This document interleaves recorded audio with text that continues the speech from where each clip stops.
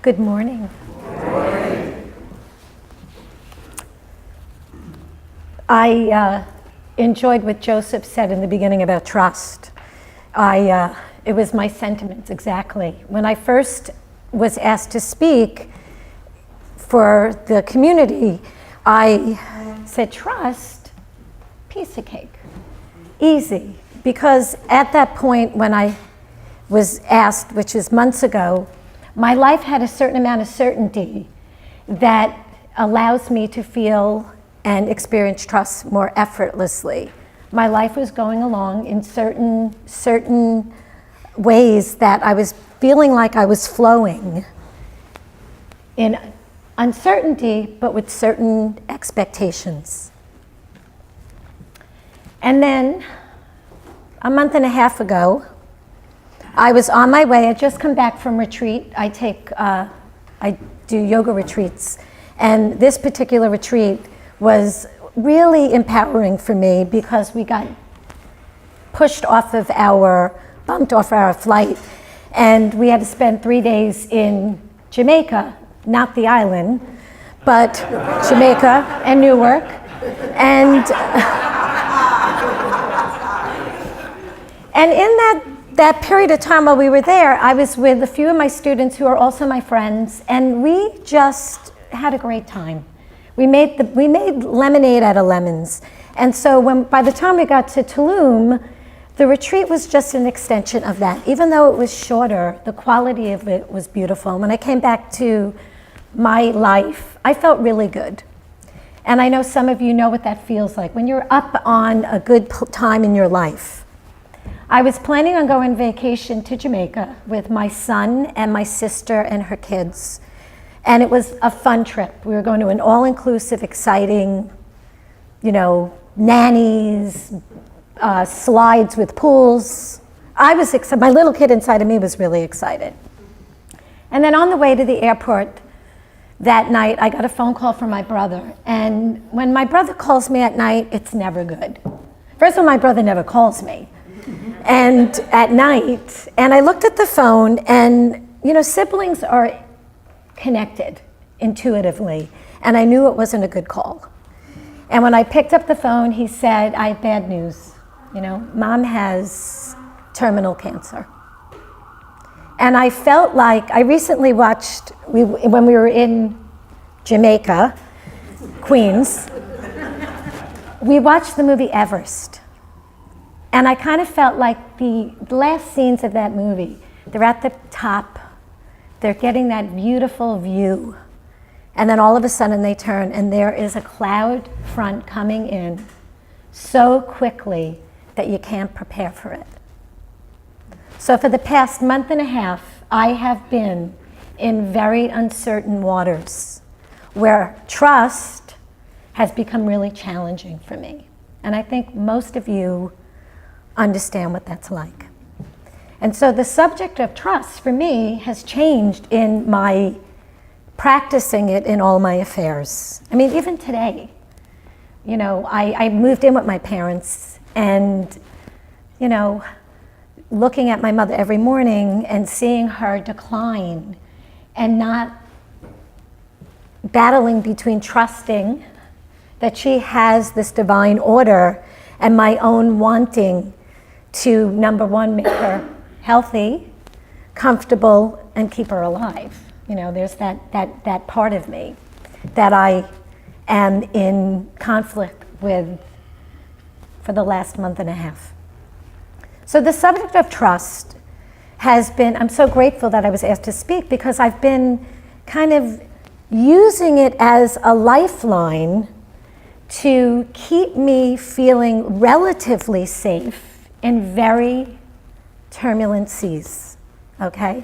So that whatever I have already developed in my life around trust, I'm holding on to, even though I still feel mostly terrified almost always, right? So even coming here and speaking, I didn't feel calm this morning, but I know you all here, that no matter what I say, it's going to be well received, because I've done this and I trust my experience and my history, which is how we keep the trust that we have strong.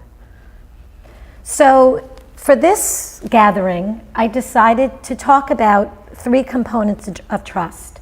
One is, how do you develop it?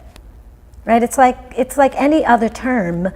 Like we can say I want it, or we could say we're practicing it, but what does that mean? Like, when do we develop trust? And what gets in the way of trust? And what's the difference between trust in relationships with people and trust in God? Just small questions, right?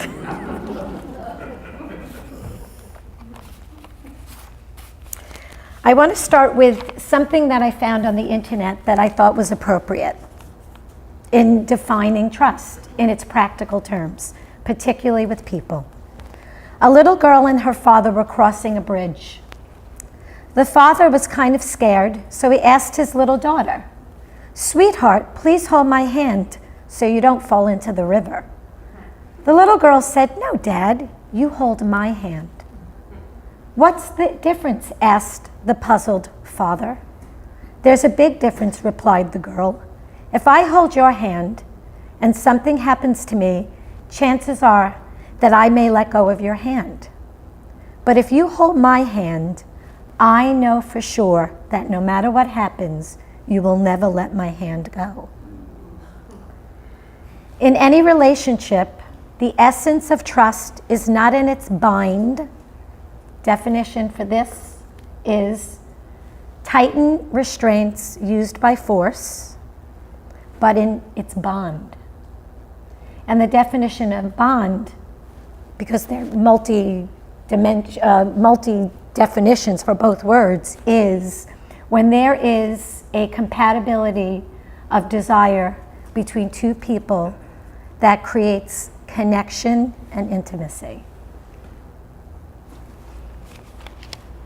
So, bonding. When does bonding begin? Right? Bonding begins in utero. And the most important part of bonding starts from utero until all of us start to become independent. Depending on the age, it's usually when you start to crawl. You start to feel safe to kind of move away from your primary caretaker that you already have developed either a bind or a bond, and sometimes a little bit of both. So the bonding process is really simple for complicated people, okay? Because if I haven't been bonded in a healthy way, there's no way I'm probably going to do that great a job in my next generation. We do a little better, but there's always some, breaches in how we appropriately teach bonding. So bonding is really simple. We're held a lot, almost always, for the first 6 to 9 months of our lives. We're touched appropriately, held appropriately. We're looked at, seen eye to eye, and we're spoken to with dignity in a soft, loving tone. Sounds pretty simple. How many of you think you had bonding? How many of you think you had binding? Okay, so binding. So if you were being nurtured and you were put in a crib,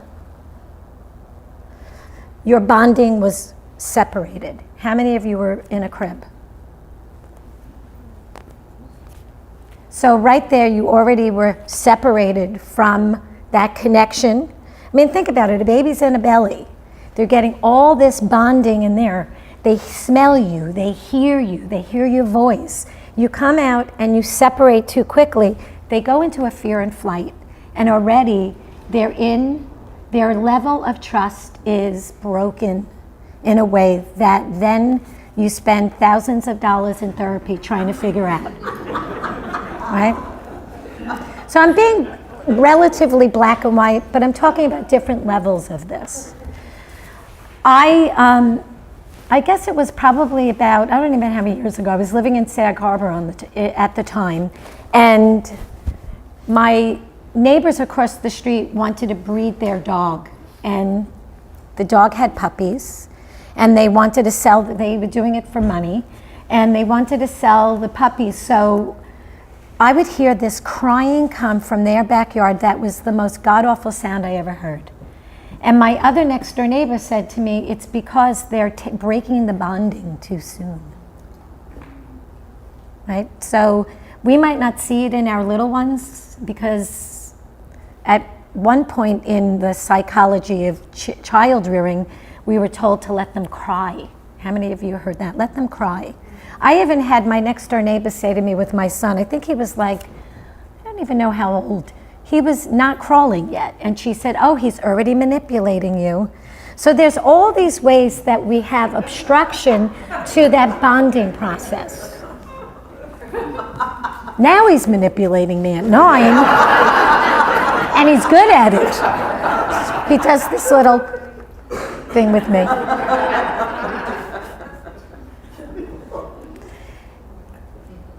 So, bonding, right? If we haven't gotten it appropriately, it's not too late, right? Because the level of trust that we develop from appropriate touch, eye contact, being heard and seen and adored can always happen at any time in your life. And you can create that foundation that is the glue. Trust is the glue in all relationships, right? So I just shared a little bit about where it's meant to begin, and that in any, like, it's not like, okay, you missed the bus, now you can't trust anyone. It's one of those things that now over time you can start to develop by first creating a relationship with the God of your understanding, right? So that's that inner work. Because along with bonding that we are ideally meant to receive from our parents, it's to help us feel so safe that we can take risks. Now, we at some point in our lives want our parents or caretakers to teach us that it's not them that keeps us safe, but God that keeps us safe. Because people are going to be people. And Jackie, you said something so great. She said, her sponsor said, someone who, would you say it? Because I love the way you said it. The only thing you can trust is that people are going to be who they are. They're going to be who they are. And we're imperfect people. And as we develop a trust in a God of our understanding that we lean into, that we touch in so many ways, that invisible force touches us, right? When I was listening to the music today, you know, I had a really challenging night and a really challenging morning, and I could feel that invisible force touching me in every cell of my body and reminding me that everything's going to be okay, right? So I have to lean into the ways at which I take action to practice and develop my relationship with that invisible force, because it is the glue that keeps connectedness in everything. And the more I trust, the more ability I have to be a genuine human being and show you who I am, regardless of what I think anyone else thinks about me. And I use these 4 sentences or 4 terms that help me to stay in alignment with that. So the more I trust my relationship with Source of my understanding and practice it as best I can in all my affairs, I'm able to then live without pretending.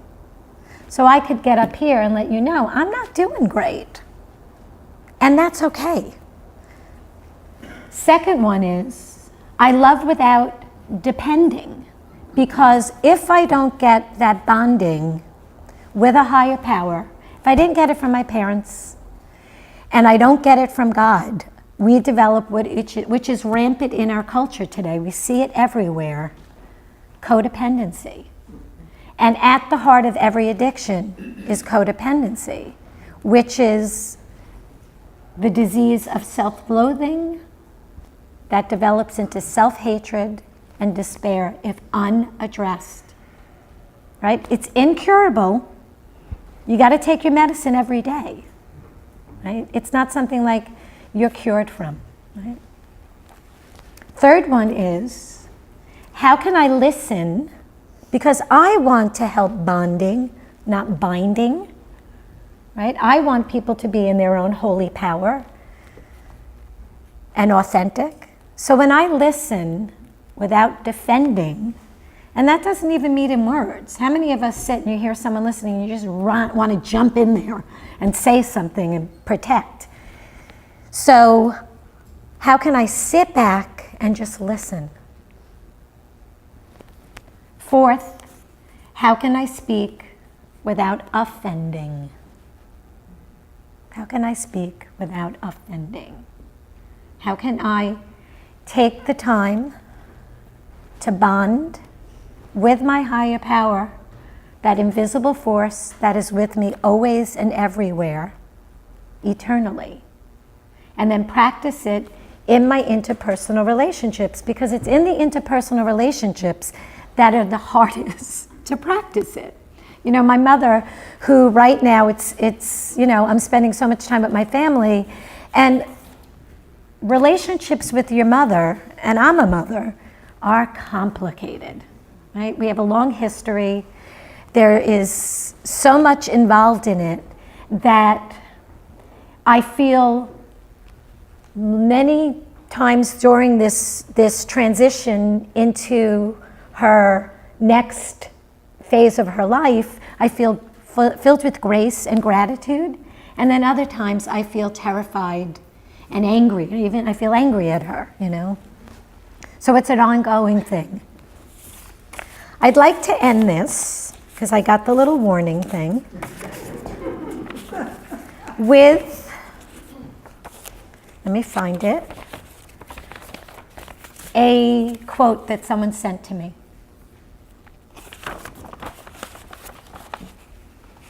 We have been handed the blessing of a lifetime. It's called life. If only we knew what a gift it is, we wouldn't waste a single second hating, hurting, distracting, bonding ourselves in fear and self-hatred. No. We would be down on our knees, worshiping the gift, unpacking the treasure, and not missing a moment's opportunity to give praise and gratitude. So much of our energy is wasted on bloody nonsense. I want to ask you, just like me, let us worship this day. Namaste.